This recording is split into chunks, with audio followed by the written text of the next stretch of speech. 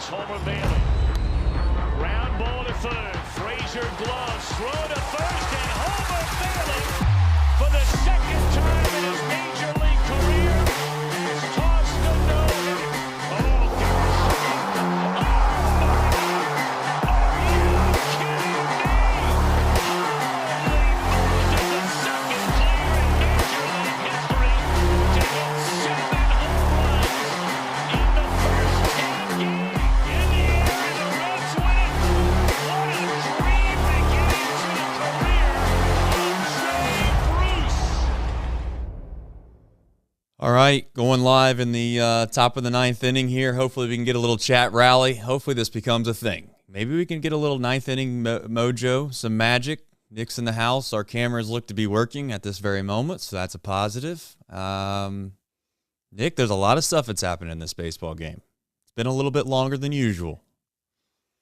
Yeah, it's been a tough one to keep up with. It feels like there's been a lot of drama in this one. Some good, some bad, some ugly, just a little bit of everything here. I'm There sure we I'm go. relatively somewhat behind you as I just, Oh, yeah, that man. ball's hit hard. Sheesh. That's tough. Yeah, it is tough. But there's a couple different situations where we could have not needed this run that I'm sure we'll get into. It's not just Myers. Myers could use a moment here. That's for sure. as my parents used to tell me, wish in one hand and do something in the other and see which one comes out faster. So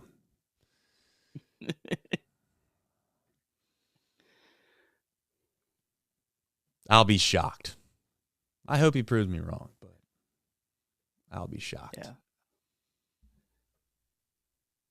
All right. Dude, if you're you just not seeing the ball well. I don't know what else there is to say. He got pitches about a foot and a half, maybe not that much. But that's a foot high. We're trying to hit that. That swing he took on the bat in the second inning when they had the bases loaded, the first pitch that he swung at, that was like bounced in front of the plate. I mean, the Reds ended up scoring 4 runs in that inning, so it didn't really cost them. But it felt like one of those spots that was gonna really, I want to kill see him the in the replay game. on this.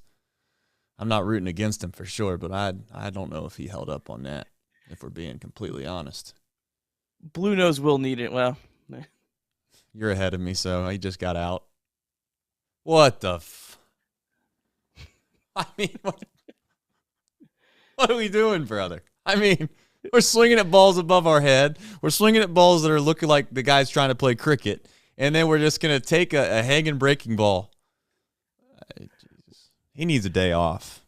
He needs a day off. Just reset let's reset the brain, Spencer Strider's a good day off for you.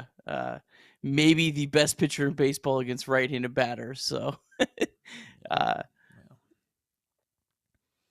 Big Voss. Big Voss, maybe. Nope. I mean, she's been struggling. Is that it? Is that all she wrote? Yeah. All right. Yeah. It was fun. Last night. It was fun while it lasted.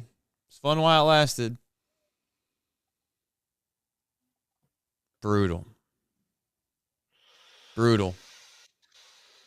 Yeah, that's a tough one, man. All right, chat. Let's do this. Welcome into Chatterbox Reds. We have the box score recap coming right up. Nick Kirby probably has a 4 pages worth of notes. I don't know if it's relatively worthwhile going through every situation tonight, but I'm sure we'll get into a couple of them as we move forward in the show. But all in all, Reds lose again. I'm not sure where we hang the loss on or where we blame the loss on this today. I'm sure, as we see in the rundown here, Sessa's probably a place to start. And then we have some other topics that we'll get into. But, Nick, your overall, I guess, quick thoughts and then somewhat of a box score rundown there, recap. Yeah, I mean, he scores 6 runs on Atlanta. I mean, that's a good thing. I think Graham Ashcraft's start from yesterday aged very well. The fact that he was able to pitch as well as he did against the same lineup. Man, the Braves, we'll get into Cecil, but they destroyed him. Honestly, the fact that Cecil only gave up 5 earned runs with the kind of contact that he was giving up tonight is almost a miracle in itself.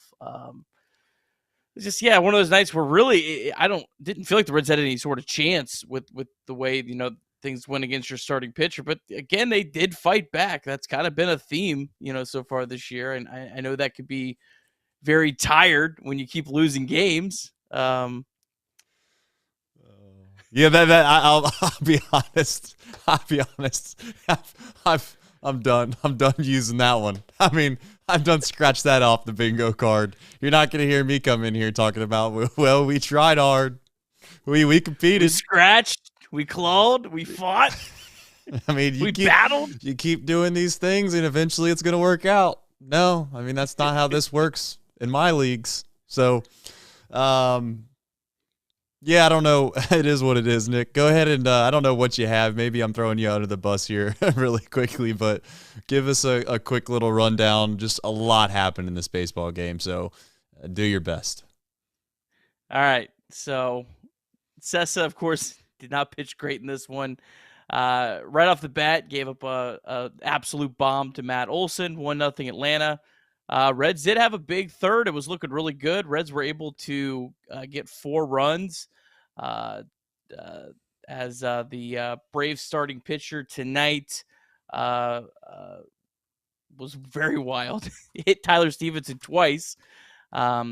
Spencer Steer singled in a run, and then Jose Barrero actually walked in a run. So Reds were up 4-1, but then the Braves just it was an avalanche against Cessa. Acuna had an RBI single. Ozzie Albies hit a home run. Sam Hilliard doubled. It was 5-4 Atlanta.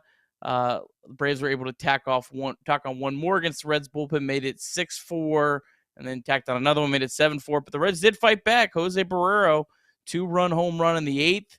I know Trace and really everyone in Reds country, really great to see from Barrero. But that's as close as they were able to get. Another moral victory loss, I guess, for the Reds, if you're looking at it that way. Reds fall 7-6 on Tuesday night. Reds 8 hits, Braves 11 hits. And, yeah, I mean, I think the story of the night probably is Cessa just, I mean, really 12 hard hit balls, only got 4 swing and misses tonight. I mean, I think that's he wasn't really very good. Yeah, it's just he was bad. It is what it is. I mean, I think Cessa's going to have some better starts than that. But yeah, I mean, the Braves were ready for him, and they gave it to him, and it just wasn't night you're going to win when you get that kind of starting pitching performance. So at the beginning of the year, when we had, maybe came back against the Cubs, I believe I had mentioned that, in order for us to overachieve this year, we were going to have to find a way to win some games that we probably weren't supposed to win. You got to win these one-run games. For the Reds to really overachieve, I thought maybe in the back of my mind there was a small chance that you're I don't know, 14-2 or what, I don't know what the actual real number of one-run games would end up being. But if they were 14-2 in one-run games, then maybe they would overachieve because they won all the games that were really, really tight. And then, the rest of the year, the run differential might even be in the negative, but they just so happen to find a way to win a bunch of these close games. It's I don't want to say concerning is the word, but it's obviously disappointing that we've continued to quote unquote compete and we just can't find a way to get over the proverbial hump. And I don't know. It's disappointing. I know in the chat they're saying that my optimism is waning. I don't know if it's that, or if it's just that it's just the reality is setting in.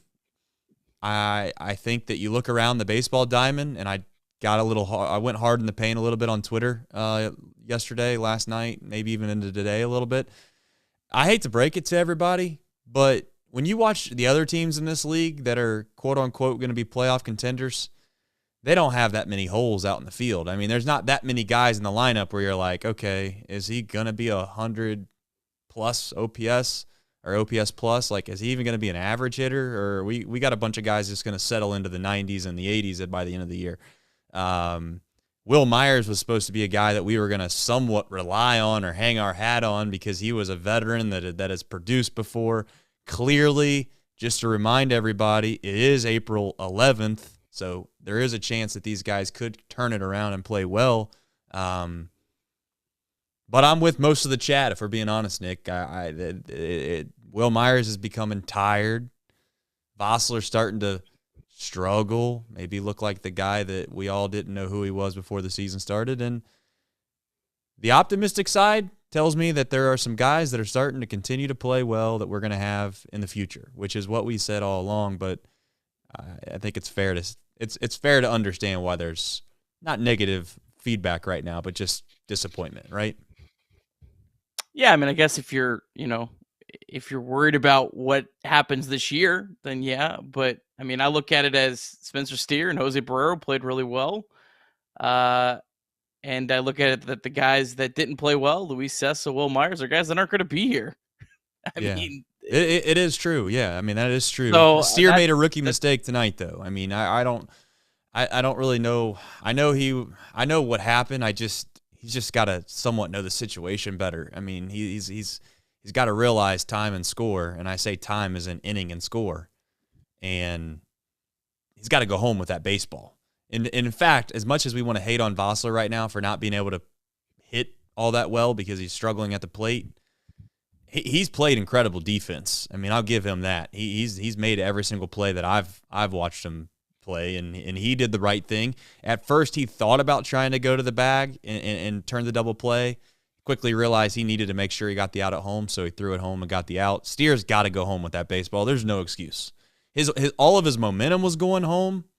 And then on top of that, he turns around and he tries to tag third, throw it across the diamond. And I don't know if really they didn't show the replay, but I also thought Vossler had a chance to maybe stretch, but instead he kind of was in this weird situation where he was behind the runner. I don't know. Maybe the throw was way offline, to be fair to him. But that was a play that sticks out in my mind defensively. The other play that sticks out in my mind defensively is, I'm going to tell you right now, if Kevin Newman made the error, I'd be all over him. Barrero makes the error, I'm going to be fair. I'll be all over him too. You know, he's got to find a way to make the play. If he makes that play, you can always do the what ifs, but they don't give up a run. And if they don't give up a run, maybe we're still playing baseball. So I know Cessa stunk, but there's just so many plays in this game we can go through and dissect and say, well, if this would have happened, we could have possibly won the game. And I'm sure just on the other side, Nick, I'm sure Atlanta could say the same thing. They hit some balls really, really hard with guys in scoring position, and it just didn't work out either. So. Yeah, I don't know. I'm more focused on Spencer Steer, 3 for 4. All 3 hits were absolutely balls that were smoked. You know, Jose Barrero finally getting that first home run of the year. Jake Fraley, how about the night he had 4 times on base, 2 for 2, 2 walks. He's just a bona fide hitter for the Reds. So, I mean, the guys that we're banking on for the future played well, other than, you know, maybe a sloppy defensive play. And that's to me, it's what I'm going to be focused on every night. And if you hate that, I'm sorry, but that's what you're going to get from Nick Kirby this year is looking at those guys and what they're what they're doing. But it would have been nice. Go ahead. Sorry, I would just say it would have been nice to, you know, look, these are 2 games where it would have been nice just to split. You know, the 2 games where you're in it, you split. We're feeling pretty good and in the short term. So.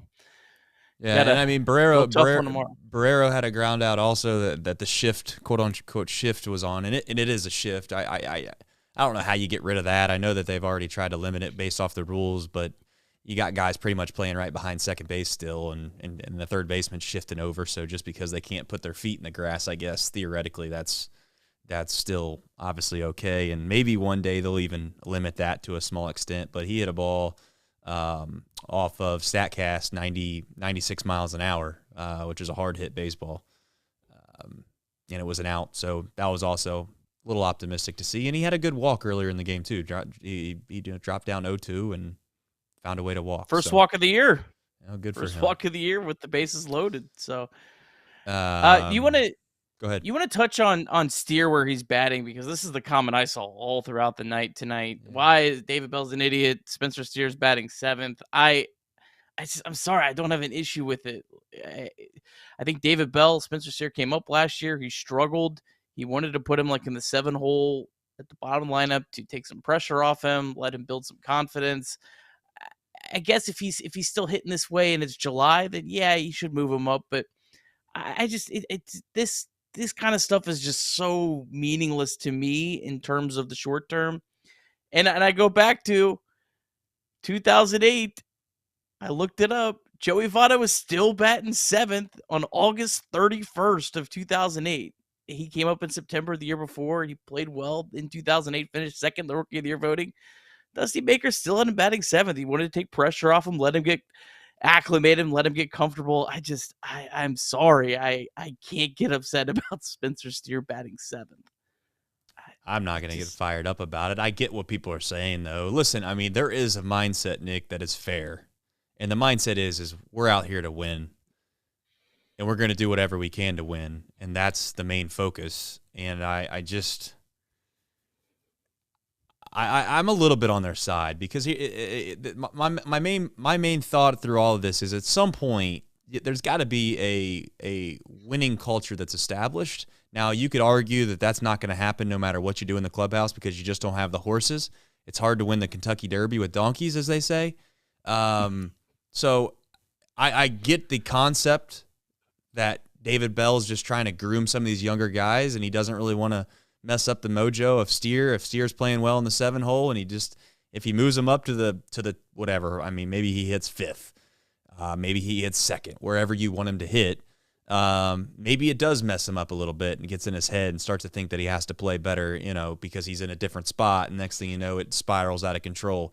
Your point is valid, but at the same time, I mean, how long is Will Myers going to hit 5th if he's going to struggle as bad as he's been struggling? And you got a guy like Steer that comes up later in the game or later in that inning, and he looks like a big league hitter. So I think there's justification on both sides.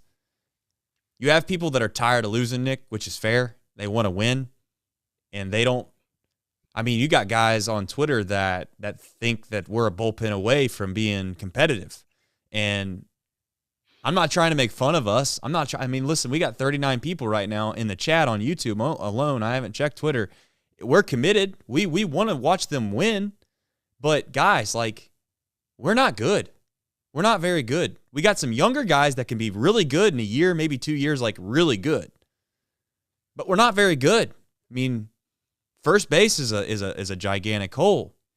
We're hoping that our center fielder is going to continue to play somewhat well. We're platooning basically our other outfield spot. Our catcher situation, obviously Tyler Stevenson is a really good catcher, but defensively he's been a nightmare a little bit so far.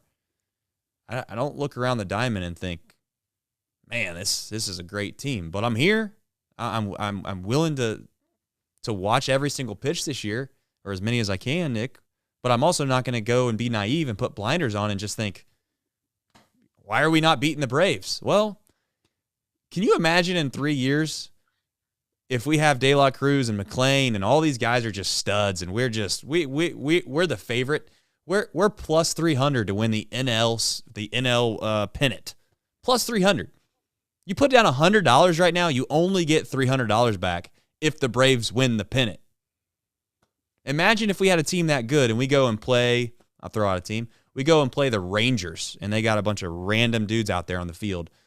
Could you imagine jumping into the chat of a Rangers after a baseball game and hearing them complain about how the fact that they just can't find a way to beat the Reds? But I'm not a David Bell guy, and it's largely probably because he's on Reds Live right now just mumbling through the postgame. I mean, we might have been able to just, find one more hard hit ball somewhere. We would have come through, I mean, if we just can't. We got to get off the gates a little bit better, but this team's trying hard. All right, Nick, go ahead. I'll say this. David Brown brought up a point. If you're going to have this same energy about Spencer Steer batting 7th and where Will Myers is batting, then when Joey Votto comes back, you better have the same energy with him. Oh, Jake Fraley should be batting ahead of Joey Votto. Like, if we're gonna go to that road, we got to be consistent here. I agree. I agree. You're not going to hear me. Listen, I love Joey Votto as much as anybody, but like that's the other thing. I see some people tweeting right now. They're like, "Oh, Votto will be back soon. He's going to take Vossler's spots." Like, I mean, as much as we want to hate on Jason Vossler, like, be careful what you wish for. And I love Joey Votto. I'm not taking anything away from him. But I don't care. I don't care if Joey Votto bats. I just don't really care where anyone bats in the lineup this year. Like, if David Bell thinks this is a spot that's comfortable for them and is going to help them develop, I'm not gonna. I don't know. I'm not gonna be. There's baseball lineups. This is outside of like when Dusty Baker batted like Zach Cozart leadoff with a 280 on base percentage. The rest of like your lineup, it doesn't move the needle very much. Even good teams, it's something that it feels fun to complain about, I guess, and it's something easy to complain about. I guess something to talk about every day, but it doesn't.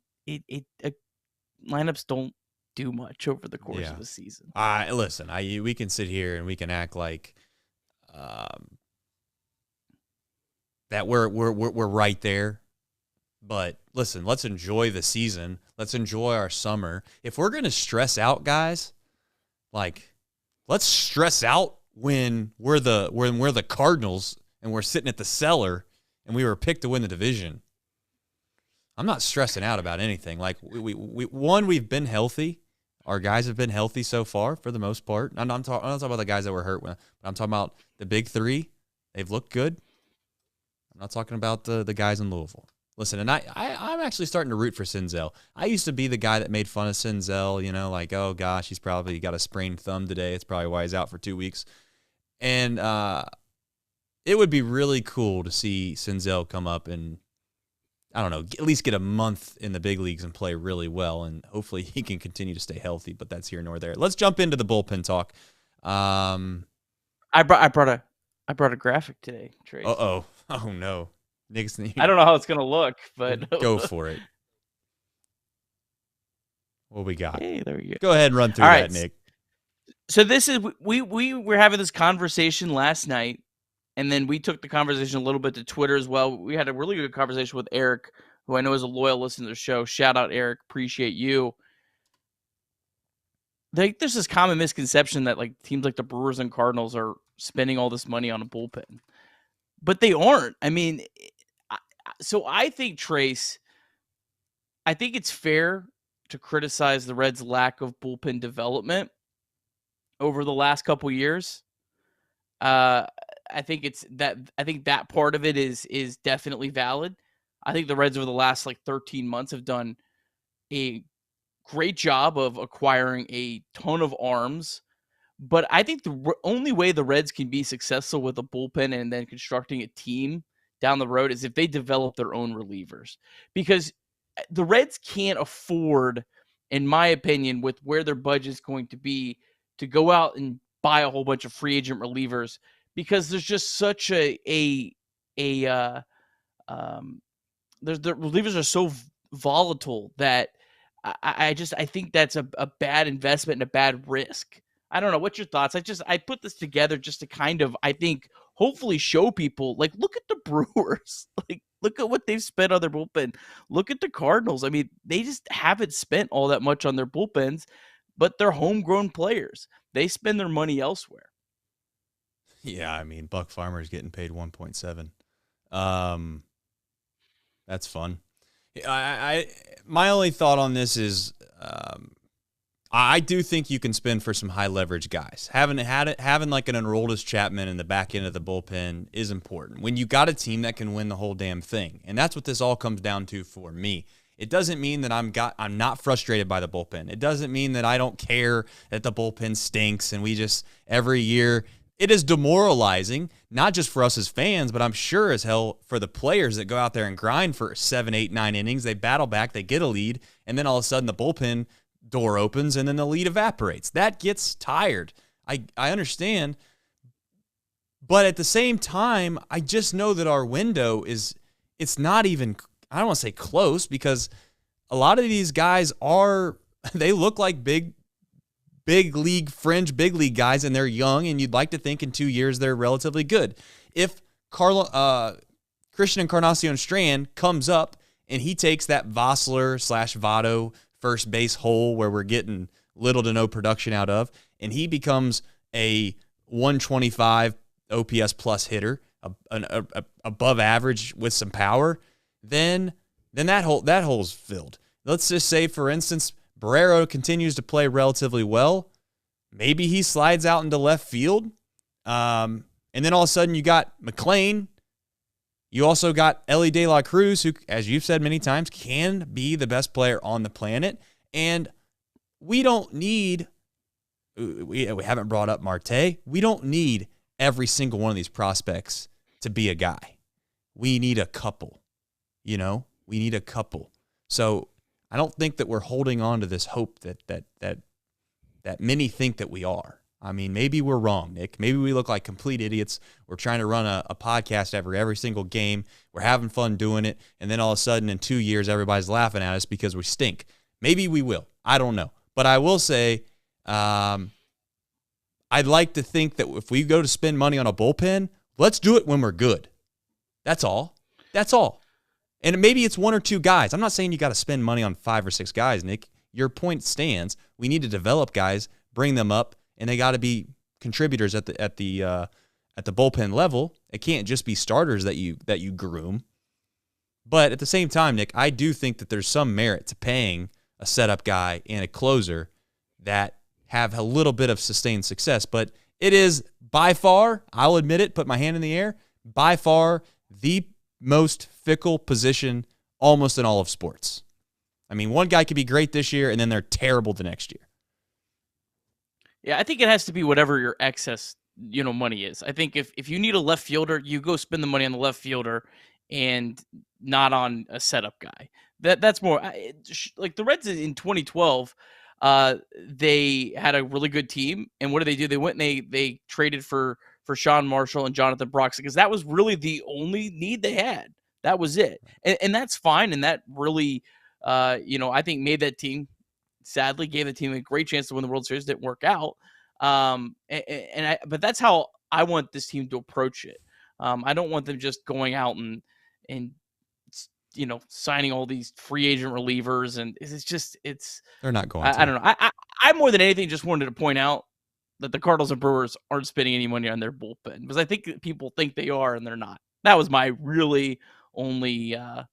Ryan Madsen. Yeah. Never even pitched, like that's what you could be paying for, Yeah. Listen, I understand both sides, to be clear. We're not naive. I don't think we sit back and we just want to be shills for the front office, or the management or the not the management, excuse me, or the ownership group. We're not trying to do that. I could care less about them. I'm just trying to be realistic to a small extent. And I know just after a game on the Bluebird app can be a little unrealistic at times. And I need to probably tone it down a little bit and just say, okay, maybe I got to have like an 8-hour rule before I go hard in the paint. But, I just get tired of the negative pessimism when we have Ashcraft, who goes out yesterday, shoves, I don't say shove, that's too strong of a term, but you have Ladola who goes out and shoves. The next day, Ashcraft looks like he could be maybe the best of all three of them based off the fact he's throwing 97, 98, 99 mile-an-hour cutters that are moving from one side of the plate to the complete opposite side, and we're out here worried about Derek Law. All right. Hey, go ahead. We do got to talk about Fernando Cruz, though. Go ahead. Fernando Cruz, as bad as he was on opening day, has been really, really good since. Inning in 2/3 today, scoreless, struck out a couple batters, didn't walk anyone today, which was really good to see. So I know the Reds, we talked with Charlie Goldsmith, told us how high the Reds were on Fernando Cruz coming out the year. Then on opening day, we're like, ooh. Well, he was the first guy they brought out of the pen on opening day. So I think that proves... But it has been really good to see him bounce back, and hopefully, maybe he can take the Derek Law spot that kind of looked like was going that way. So shout out Fernando. appreciate your effort the last few games. If you're watching on Twitter right now, listen, we'll continue to try to go live on Twitter. The streaming software sometimes a little bit different and weird on Twitter, to be completely frank with you. If you have some questions, we're always in the chat over on YouTube, Chatterbox Sports on YouTube. Feel free to come in here, pop in here, ask some questions. Before we jump into the Reds MILB, I do want to see if we have any questions in the chat before we move on. We usually will end the show with a little Reds MILB. We'll also talk about tomorrow's starters. And let's see. Have you seen anything in the chat, Nick, that stands out that you want to address? Just saw your great at-bat Newman. Well, it is what it is. I would like to see the guys that look like they have a clue at the plate, the ones that when they walk up there, you actually have some confidence. I'd like to see them get a chance. I know the lefty on lefty stuff. I get the righty on righty stuff. I understand all of it. And I guess my main point to you, Nick, is from an analytical perspective, the law of big numbers probably does work out. When you go to the casino, you're supposed to lose, but you don't always lose. When you're throwing dice at the table, Nick, and you're hot as a firecracker, maybe like a Fraley. You keep throwing the dice, Nick. You don't stop in the middle of throwing the dice and saying, "Hey, I know that you guys have the house advantage. I'm winning a lot of money right now. I'm just going to leave." You wait until you find out that you're losing money, and then you leave. So, yeah, I would like to see Fraley face a lefty on lefty at the end of the game instead of running old Mr. Newman out there, who looks so good this year at the plate, by the way. Yes, he's had a couple good games, but outside of that, he's hot. And he had a good at-bat. Swung at a couple balls in the dirt and then swung right through a pitch right down the middle. Your thoughts? Yeah. I know I'm being a little facetious, but seriously. No. I think your point stands. A couple things I saw in the chat that I found interesting. Good points. Sorry, I can't remember who said them, but mentioned Amir Garrett, J.J. Hoover as relievers that were elite, and then the next year completely fell off the face of the earth. Yeah, that's exactly my point. So thank you for helping me make my point. I really do appreciate it. I need all the help that I can get. Sean, come on, man. We're not talking about trading India. No. Sean's having a good time with us. I love it. He's hot, baby. He's hot. I love it. Yeah, you know what the stock market is, right, Sean? We'll keep it at that. And then one good question here, and then I got one more thing, Trace, that I want to run by you. I'm going to make a bold prediction here before we get off the air. Go for it. Alex, that's a good question. Would you rather have Stout or Williamson be a number 4 starter or high leverage reliever? I want to exhaust that they can't be a starter before we go to the reliever. You can never have enough starting pitchers. So I want to exhaust that, but I tell you what, Brandon Williamson is certainly trending that way, and he is getting older to the point where you're going to have to make a decision on him. So. I'm just laughing at the chat, man. Don't mind me. Don't mind me, man. It's funny. It's funny. I'm just laughing at the chat. Hey, I love that. I love that we're having a good time after a tough loss. Yeah, that's what we're here for. Let's see here. There was something I seen. Oh, here's one point I wanted to make the other day. Bullpen guys are mostly like cornerbacks. I feel like I always give a nice cross-reference sports analogy.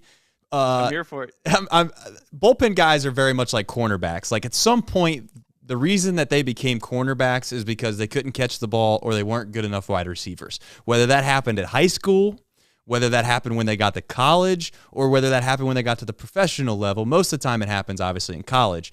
They're like, hey, man, we got some open availability over here on the defensive side. We're going to shift you over there. That's basically them telling you can't do the wide receiver thing. That's what happens with bullpen guys. You're right. They're all starters. Maybe they're definitely starters in high school. Then when they go in obviously the minors or college, they might get switched over to the bullpen. That's what bullpen guys are. They're fickle human beings. You don't grow up you're like, I'm going to grow up to be a setup man. You don't do that. So I don't, the whole bullpen talk about, every single club brings guys up to be starters as long as they possibly can, and then they move them to the bullpen. The only time I actually ever seen someone get moved to the bullpen really quickly was Chapman, in my opinion. I thought that there was a little bit of a quick move on there, but that was because they were trying to win and win fast, and they knew that he could help. So, anyway, what are you laughing at? Glad you got your football analogy in for the night. I was worried. The clock was ticking. We were up against it. It was basketball last night, and it was a hell of an analogy. It was last night was elite. It was. Tonight, maybe all right, not. all right. Here's my. What's your bold prediction? Here's my hot take bold prediction of the night. I love Spencer Steer. I think I've made that very clear that I'm a big Spencer Steer fan. Will Myers is going to have a higher OPS when he leaves the Reds than Spencer Steer. I think people are jumping on Will Myers right now because he's struggling early. This guy has a great track record. He's had a lot of slow starts throughout his career. When the weather warms up, someone on Twitter said, Nick, it's like what? Okay, keep going, Nick. Sorry to cut you off. Go. Someone on Twitter said when the gator comes off, that's when Will Myers shines. That was pretty good. I'm telling you, Myers. I love Spencer Steer, but I think Myers has a higher OPS. So hold me to it, chat. Hold me to it. Nick, it's 77 degrees in Atlanta. How hot's it need to get, man? Golly day, we're gonna be waiting until the middle of July. Taylor Swift's gonna be rolling into town, and there's old Will Myers. He's in David Bell's office. I'm ready, coach. I feel good today. This is like San Diego. No, I'm out on Will. And you know what? He can always win me back. We'll see. But if he has a higher OPS than Spencer Steer, then I'll say I'm wrong. I hope. Well, we're gonna clip it. I mean, somebody's gonna clip this. I can't believe you. I can't believe that you just went out on a limb for Will Myers. What's he ever done for you? I just think we're out on him too quick. I don't even like a Will Myers stan over here. I think he'll pick it up. Yeah, maybe it is the warm weather. Hopefully the pitches will actually not bounce at 54 feet when he decides to swing at them and when it's 79. All right. Any other questions, comments, concerns here, folks, before we jump into the Reds and MLB? You do that. We'll finish the show maybe with a question or two. We'll be back tomorrow. This is what we do. We'll be back tomorrow. We're building up a nice. I see the usual names in here. This is going to be fun. Listen, it's going to be painful. It's going to be painful. But you know what they say. You're really close with the guys you spend the most time with in a foxhole, and we're in a foxhole right now. Let me tell you, things are not pretty. We're starting this podcast. We're doing this every single night, and you know what's going to feel absolutely sweet? Close your eyes for just a half a second and think about this. The Reds win the NL Central in 2025. 4. And we're all in the chat. And there's hundreds, if not thousands of people fired up. We'll throw a party. I'll pay for everybody's drinks. All of the OGs, I'm watching all of them. Keep an eye on them. I'll pay for every single one of them's drinks. Now clip that up. I'll buy your drink. I'm being serious. There's a handful of people that are in here every night, and over the course of a year, I'm gonna remember all these names. And if OJ's 94 Bronco keeps putting in funny things in the chat that aren't too crazy, just some funny things in the chat, he'll get two beverages on me. All right. Let's keep the chat PG-13. That's it's been PG-13. It's been good. Yeah, it's been good. It's been good, but we're teetering. We are teetering. I don't know if we're teetering. Go ahead. Reds MILB. Right. What do you got for us? Reds MILB scoreboard. Louisville lost 7-3. Nick Senzel did homer, and Nick Senzel has a 907 OPS so far for Louisville, so that is encouraging. Again, I'm not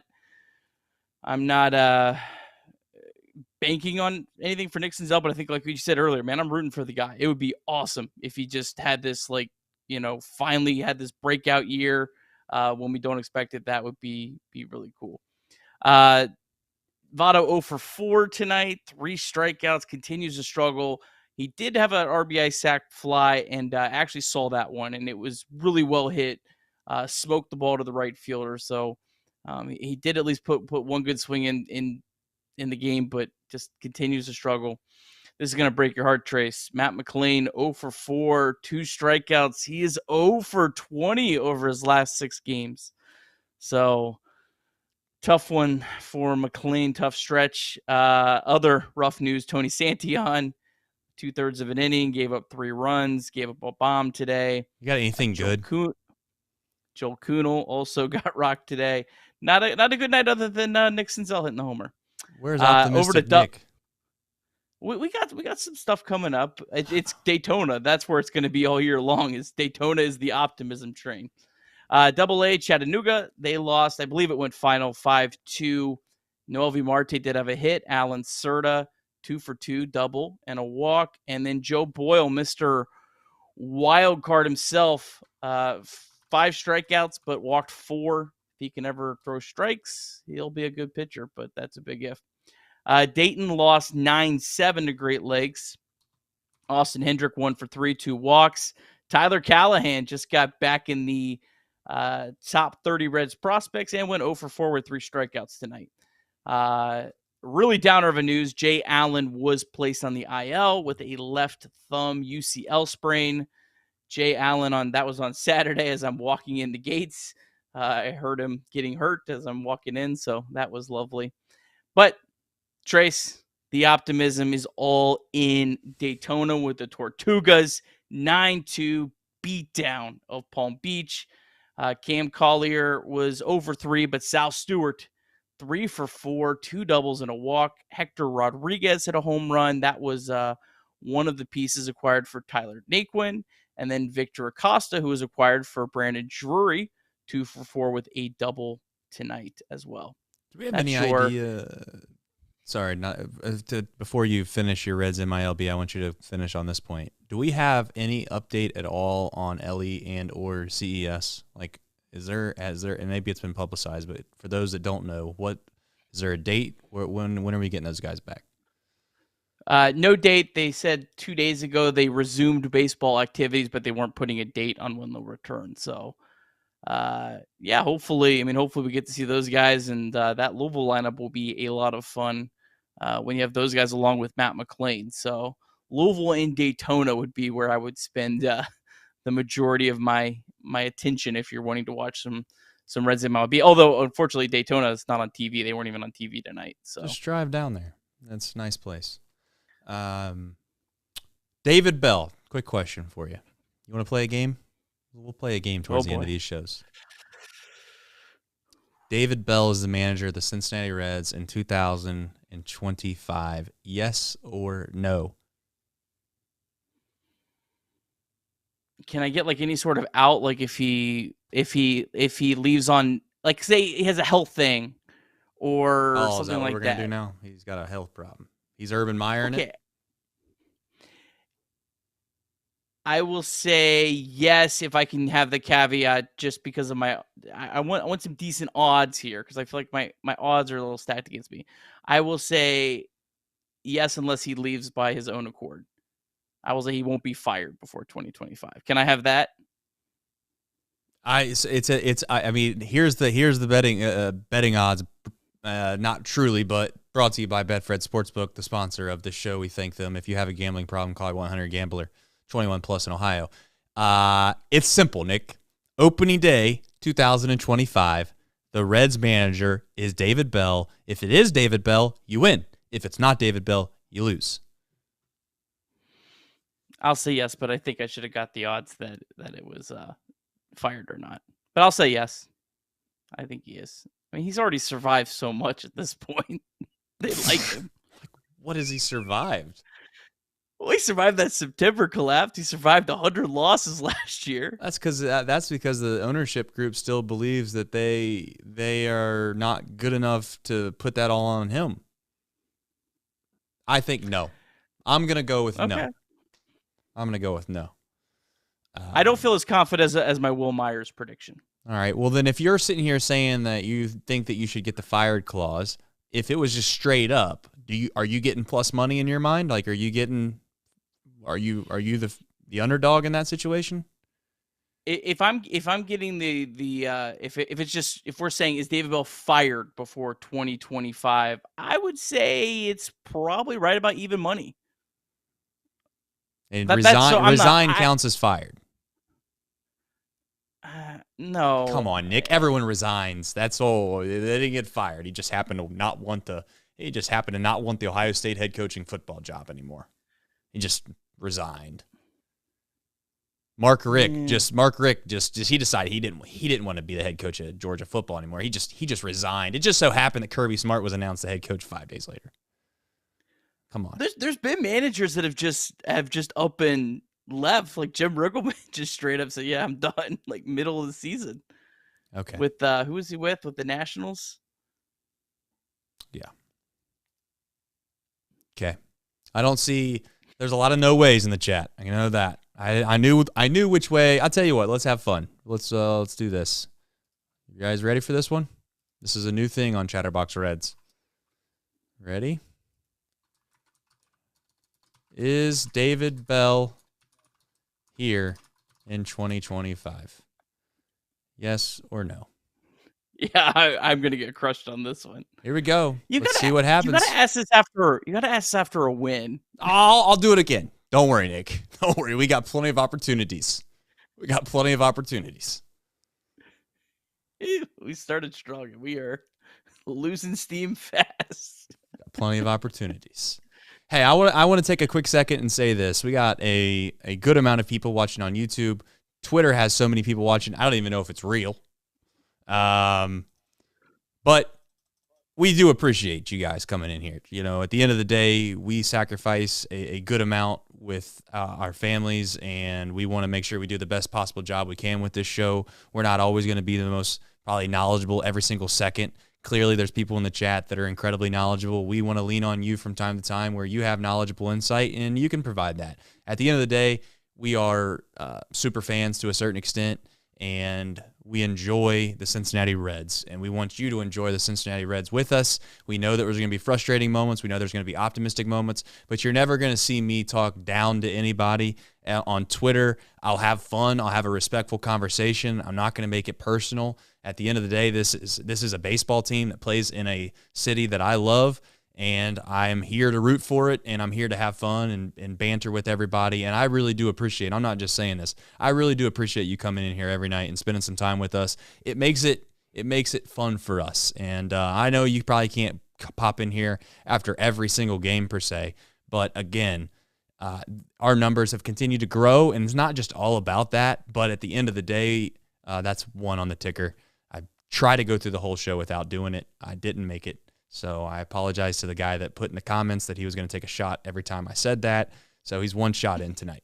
But I do appreciate it. I know Nick appreciates it. And it is a privilege and an honor to share the internet with you as a Cincinnati Reds fan. Final thoughts. Let's have Nick. a good time. Let's have a good time this year. You know, let's not get down too much on the wins and losses. Just let's have some fun. Let's sound like David Bell. Let's see how things progress. All right, let's talk about tomorrow's starting pitching matchup before I Go ahead. really go full David Bell. All right, Hunter Green. They need a big start tomorrow. Spencer Strider, one of the best pitchers in baseball. Hunter struggled. Reds need that.